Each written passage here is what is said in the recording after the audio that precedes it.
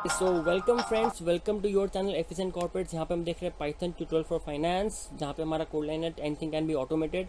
सो आज हम again a very important concept, काफ़ी टाइम से हम इंपॉर्टेंटली बोल रहे हैं। Looping is was very important, if was very important, and today उससे भी ज़्यादा important and most used is function, defining a function and defining your own function and using it. ठीक है, तो इसके बारे में पढ़ेंगे, बहुत इंटरेस्टिंग है। ये वाले स्टेप के बाद ही हम अब कोई भी हमें बड़ा प्रोजेक्ट या कुछ करना है या कुछ अच्छा प्रैक्टिकल फाइल बनाना है तो हम वो बना सकते हो। ठीक है, सो लेट्स स्टार्ट। बस ये थोड़ा सा आपको बता दूँ ये चैनल के बारे में कि आप यहाँ पे प्लेलिस्ट में जाके you can access the playlist and you go to Python tutorial for finance. Playlist के अंदर वीडियोस में तो रैंडमली काफ़ी सारे होंगे, प्लेलिस्ट के अंदर you will get series wise series, तो you can access the playlist and short video है, ज़्यादा टाइम नहीं लगेगा, सो आप वॉच कर सकते हो। So functions in Python, def keyword very important. तो आज इसके बारे में पढ़ते हैं कि ये क्या होता है एंड कैसे हम इसको यूज़ कर सकते हैं। ठीक है, अब फंक्शन क्या होता है, आप वेबसाइट को देखोगे तो वो बोलता है function is a block of organize reusable code that is used to perform a single related action. Functions provide better modularity to your application and high degree of code using.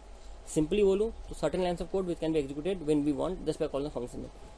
अभी भी अगर नहीं समझ आ रहा, अभी भी लग रहा है कि यार ये क्या चीज़ होता है या कैसे होगा, तो प्रैक्टिकली देखते हैं, प्रैक्टिकली सबसे जल्दी समझ आएगा आपको।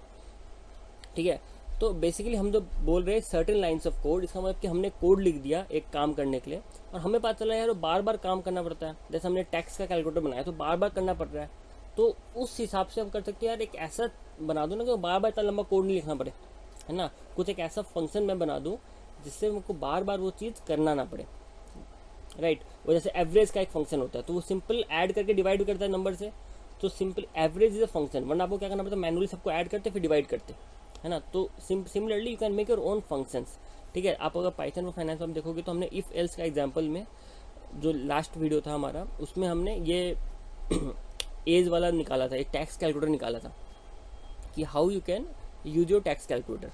तो इसमें हमारे पास क्या था कि हम लेस देन 60 वाले का हमने निकाल लिया था कि ऐसे ऐसे होगा, एंड उसको हमने कोड लिया इफ लेस देन 60 तो इतना करना है। अब हम ऐसा करते हैं, इसको मैं थोड़ा आगे बढ़ा देता हूँ, मैं इसको 60 to 80 वाले के लिए भी क्या करेंगे वो लिख देता हूँ, एंड 80 से मोर वाले को क्या करेंगे। अब आपको पता ही होगा, यूजुअली फाइनेंस वालों को पता ही होगा, and if you don't know that just say that less than 60 में तो वही है जो हमने देखा है।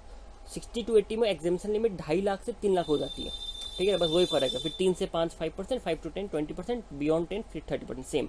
एंड 80 के केस में सुपर सीनियर सिटीजन वो 5 लाख हो जाती है एग्जामिशन लिमिट। तो इसी का सिर्फ कोड बनाना है, ठीक है ना। तो मैं आप लोगों का टाइम नहीं वेस्ट करूंगा कि मैं सब समझाऊं, क्योंकि सेम है। If age less greater than 60 and less than 80 तो ऐसे कैलकुलेट करो, है ना। वो स्लैब आप लोगों को पता ही है, it's just a simple arithmetic which you can do, है ना। तो बस वो एडजस्टमेंट मैं थोड़ा बना देता हूँ इस कोड में, you can do yourself as well. आप खुद भी करके देखो कि वो सही से कैलकुलेट हो रहा है या नहीं, है ना। तो जो भी इनकम आपका कैलकुलेट होगा, जैसे हमने लेस देन 60 का बनाया वैसे हम 60 to 80 एंड मोर देन 80, ठीक है ना। तो मोर देन 80 को हमने एल्स कैटेगरी में लिख दिया कि एल्स ग्रेटर देन 10 लाख में ये और ये, ओके। सो अब ये कोड देखो, अब कोड देखने में कितना लंबा सा लग रहा है। कोई पहली बार देखा तो घबरा जाएगा कि बोले ये क्या करना है, ये मैं कर पाऊंगा, मैं लिख पाऊंगा कि नहीं, बट आपको पता है बहुत सिंपल है, राइट। तो इसमें आता है एक डेफ कीवर्ड, ठीक है। अब हम एक फंक्शन बना देते हैं, कोई भी आदमी, किसी भी आदमी को अगर 60 साल के या 60 साल तक का टैक्स निकालना हो तो वो एक फंक्शन को यूज कर लेगा।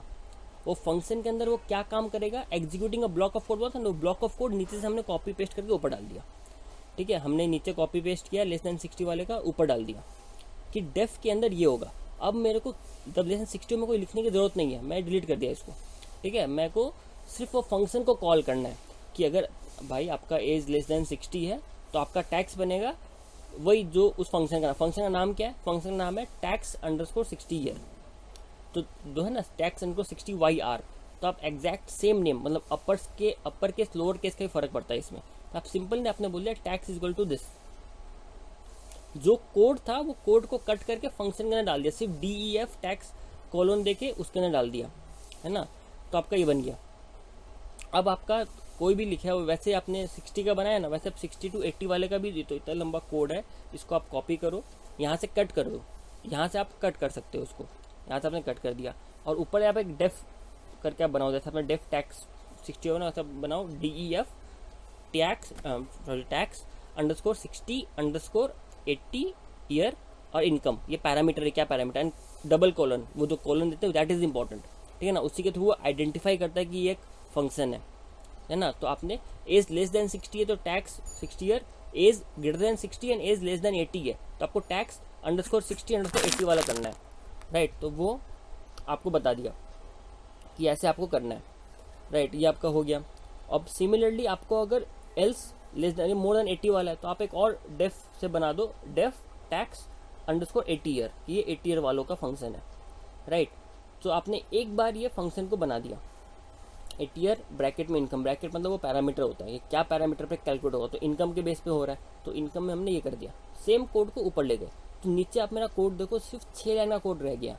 If age less than 60, tax मतलब tax 60 year income, else age greater than 60 है तो एज टैक्स वाला ये वाला करो, वरना आप टैक्स 80 ईयर वाला करो।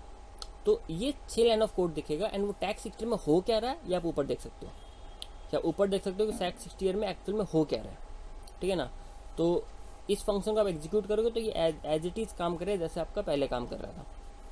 तो आप इसको थोड़ा मतलब एनालाइज करो, थोड़ा सा आपको लगता है कि काफ़ी नया लग रहा होगा, बट थोड़ा सा आप इसको टाइम स्पेंड करके समझोगे तो इट्स वेरी इजी। आपने एज दिया, आपने इनकम दिया, एंड देन ये आपका एज इट इज़ आपने 62 दिया ना, तो वो बीच वाले का फंक्शन कॉल करके उसके अंदर का काम कर रहा है, जो उस फंक्शन में लिखा हुआ है वो वही काम कर रहा है, ठीक है ना। तो आप वैसे आप 85 में करोगे तो 85 का काम करे, 6 लाख है ना, तो 5 लाख तक एग्जाम, और 5 से 10 में 20%, तो 1 लाख का 20% 20,000 है ना, तो उस हिसाब से हो गया। तो ऐसे आप क्या कर सकते हो इजीली, और आपका ये हो गया। एंड अब एक दूसरा एक कंसेप्ट होता है रिटर्न एंड प्रिंट का। फंक्शन के अंदर वो फंक्शन कुछ चीज़ प्रिंट कर रहा है या फंक्शन रिटर्न कर रहा है, ठीक है।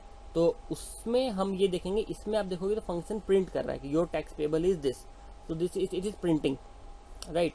सो उसी हिसाब से what you can do is कि आप यहाँ पे चाहते हो कि जैसे टैक्स तो आपने ये बन गया कि ये टैक्स रिटर्न कर रहा है, तो ये टैक्स प्रिंट कर रहा है। अब मैं चाहता हूँ कि टैक्स इसमें स्टोर हो जाए, एंड मैं टैक्स के बेस पे सेस कैलकुलेट कर लूँ कि मेरा सेस कितना बन रहा है। तो टैक्स तो मेरा यहाँ पे बन जाएगा, एंड सेस होता है, आपको पता है कि टैक्स का 4% होता है, राइट। तो मैंने सिंपल लिख दिया tax to 0.04 and print your cess payable is इतना, राइट। तो वो आप लिख सकते हो।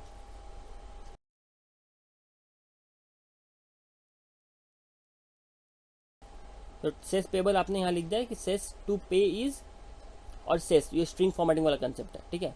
सेस लिख दिया, आगे आपको एफ लिखना पड़ेगा, एफ करके स्टार्ट करना पड़ेगा, ओके। तो आपने अब इसको देखते हैं कि काम करता है नहीं काम करता है। आप देखोगे कि योर इनकम आपने लिखा, इनकम लिखा, टैक्स पेबल इसने बता दिया, एंड जब सेस की बारी आई तो सेस में इसने एरर दे दिया कि सेस ये कैलकुलेट नहीं कर पा रहा है, ठीक है ना। अब इसका रीज़न क्या है, इसका रीज़न ये है कि सेस वाले में एरर है unsupported for none type. None type का मतलब ये हो गया कि सेस में जब ये जा रहा है तो सेस में उसको वैल्यू नहीं मिल रहा। हमने cess is equal to tax किया, एंड टैक्स में कोई वैल्यू है ही नहीं, बिकॉज वो फंक्शन जो है वो सिर्फ एक प्रिंट करने का काम कर रहा है, वो फंक्शन हमें कुछ दे नहीं रहा है। तो इसलिए हमें बोलना पड़ेगा रिटर्न, हमें फंक्शन का लिखना पड़ेगा कि भाई आप करो, आप प्रिंट करो, बट आप एक वैल्यू रिटर्न करके दो, आप टैक्स को रिटर्न करो, ताकि कोई भी आपके फंक्शन को कॉल करे तो आप वो आपसे एक टैक्स का वैल्यू मिल जाए उसको, और फिर वो टैक्स का वैल्यू पे हमें सेस कैलकुलेट करना है या कुछ भी करना है हम वो कर पाए, राउंडिंग ऑफ करना है उसको या जो भी करना है। तो ऐसे अब जो मैंने रिटर्न टैक्स लिखा है ना, अब वो टैक्स में स्टोर हो जाएगा, एंड सेस भी उसको कैलकुलेट हो पाएगा। अब देखिए आपका टैक्स हो गया। अब 60 ईयर्स वाले में हमने रिटर्न किया तो ये हो पा रहा है। अब बाकी वही 60 to 80 और मोर देन 80 में हमने किया नहीं है। तो अगर मैं ये सेस वाला जो मेरा फॉर्मूला है कि cess is equals to tax into 4% और प्रिंट, इसको मैं अगर बाकी जगह लिखूँ तो नहीं काम करेगा, बिकॉज रिटर्न करने पे ही वो टैक्स में स्टोर होता है, एंड टैक्स का वैल्यू फिर सेस में स्टोर होता है, एंड सेस फिर प्रिंट होता है, राइट। तो ये चीज़ को तो समझने में थोड़ा आपको लोगों को डिफिकल्टी लग सकता है, but this is how any function will work, right. अब 75 में वो है नहीं, तो मैंने अभी सेस पेबल, अगर मैं जैसे टैक्स पेबल इतना आ रहा है, सपोज मैं इसमें सेस वाला डाल भी दूँ 60 to 80 वाले में, सेस का मैंने डाल दिया 4% है। अब मैं 75 में अगर मैं डालूँ तो अगेन वो एरर थ्रो करेगा, क्योंकि सेस में वो रिटर्न नहीं कर रहा 60 to 75 वाला फंक्शन, 60 to 80 वाला फंक्शन, राइट। तो रिटर्न टैक्स वाला चीज़ आपको करना पड़ेगा कि फंक्शन मेरे को रिटर्न करे एंड देन वो टैक्स को मेरे को राउंडिंग ऑफ करना है या टैक्स से मेरे को कुछ और निकालना है तो मैं वो काम कर पाऊँ. तो that is why you will see maximum cases में फंक्शन जो भी होता है वो कुछ ना कुछ रिटर्न करता है, बिकॉज उस पर हमें और भी चीज़ें करनी होती है, राइट. सो अब जैसे हमने कर दिया तो tax is equal to tax लिखने पे टैक्स के अंदर वो वैल्यू स्टोर हो जाएगा, टैक्स का अमाउंट स्टोर हो जाएगा. And cess is equal to tax into 4, मतलब जितना टैक्स बना उसका वो 40% कर पाएगा. अब जैसे 85 में हमने किया तो 2000 का सेस आ गया, 50,000 टैक्स 2000 का cess. So this is how, मतलब you can think in terms of variable कि पहली बार वो टैक्स वेरिएबल में वो टैक्स स्टोर हुआ एंड दूसरी बार में सेस के अंदर वो टैक्स का 4% स्टोर हुआ. आपको मैं एक प्रैक्टिकली दिखाता हूँ कि ये कितना काम आता है ये फंक्शन. तो ये गिटहब रिपोजिटरी है मेरा, जहाँ पे मैं सारे कोड्स को अपना लिखता हूँ. मेरा अगर पहला वीडियो आपने देखा है तो वो एक ऐप के ऊपर था, जो ऐप मल्टीपल ऑफिस फंक्शंस करता था. वो ऑफिस असिस्टेंट के नाम पे ये वाला है. आप इसको कॉपी करके रन करके देख सकते हो कि कैसे होता है. इसमें आप देखोगे तो इतने सारे डेफ कीवर्ड यूज हुए हुए हैं. ये प्रैक्टिकल ऐप का बता रहा हूँ मैं, इसका बैकएंड दिखा रहा हूँ आपको ना.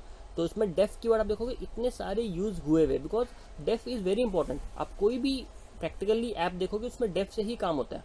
जैसे मेरे को स्प्लिट करना है सपोज, तो मैं आपको पता है स्प्लिट करना है या कंबाइन करना है, उसमें आपको देना होता है कि अगर यूज़र बोलता है कि मेरे को अलग अलग फाइल चाहिए तो सेंड टू फाइल वाले फंक्शन में जाओ. यूज़र बोलता है कि मेरे को वो सीट में करना है तो सेंड टू सीट वाले में जाओ. तो ऐसे करके ये कोड लिखा हुआ है.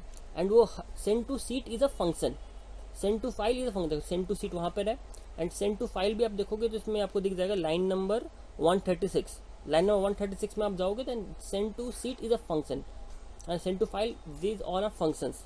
तो फंक्शन को कॉल करते हैं एंड उस फंक्शन के अंदर भी कुछ काम होता है, वो काम एग्जीक्यूट करता है, राइट. तो in this way you can see how many defs are being used, because function is a very critical part in any Python language, in any Python code. है ना, आप कुछ भी कोड लिखोगे तो फंक्शन के थ्रू ही वो कोड और भी बेटर परफॉर्म कर पाता है.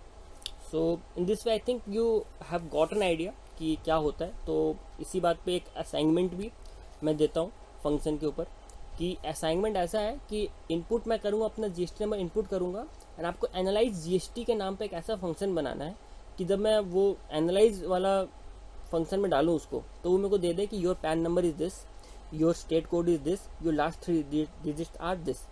तो ये एनालाइज जीएसटी कर रहा है, ठीक है. तो एनालाइज जीएसटी में मैंने कुछ कोड लिखा है, उसको एक फंक्शन बनाया है जिससे वो हो रहा है, राइट. अब प्रिंट एनालाइज करने पे नन आ रहा है क्योंकि एनालाइज कुछ रिटर्न नहीं कर रहा है, ठीक है ना, इसलिए वो नन आया.